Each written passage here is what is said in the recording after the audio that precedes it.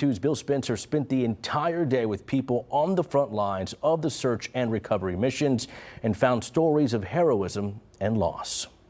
So all of this is part of your RV park, or was? Yes. At some point. Several RVs parked. A heartbroken Lorena Guillen walks us through what is left of her decimated 6-acre RV park located on the Guadalupe River. The park has been ravaged. Her well-known restaurant, Howdy's, is shut down. And right now, she doesn't know how she or her employees will survive all this destruction. And this is one thing I want people to understand.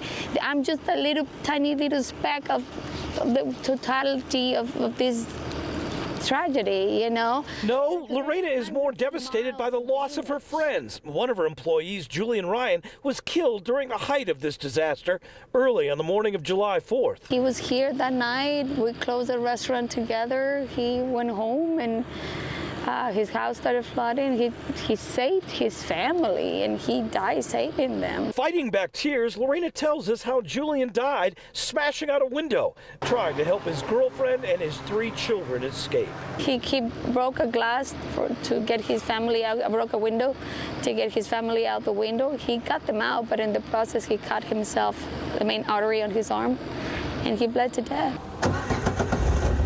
Tim Miller with Texas EquiSearch has brought 30-plus members of his team here to help with search and rescue efforts and calls this level of destruction and the loss of life unbelievable. The area we're in right now, the lady told us that right here in this immediate area, she said there's at least 40 people that are missing. Miller says with so many people missing and the death toll continuing to rise, he's had to make sure he warns his volunteers before they head out to search. And we told our members, be prepared because it's going to be extremely physically challenging, but long-term emotionally challenging.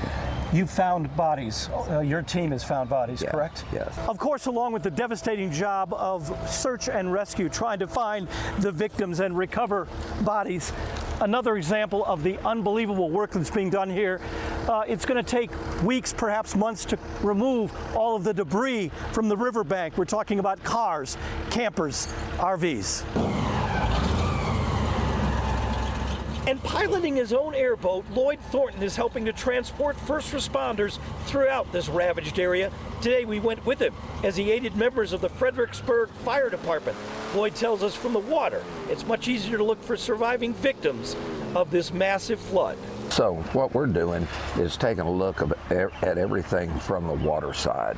Because you have a totally better view of where, A much better where view. people could be, Right. where victims could be, Yes. where people could be hanging on for dear life. We would love to get somebody like that. Yes, with so much heartbreak and loss, Tim Miller plans to be here with his team a long time.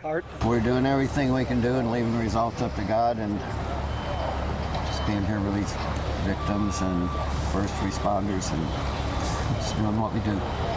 I love you, man. Thank you. All right.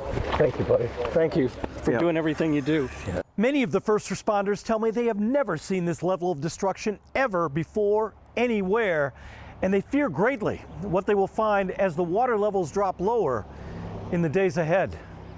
In Kerrville, Bill Spencer, KPRC 2 News.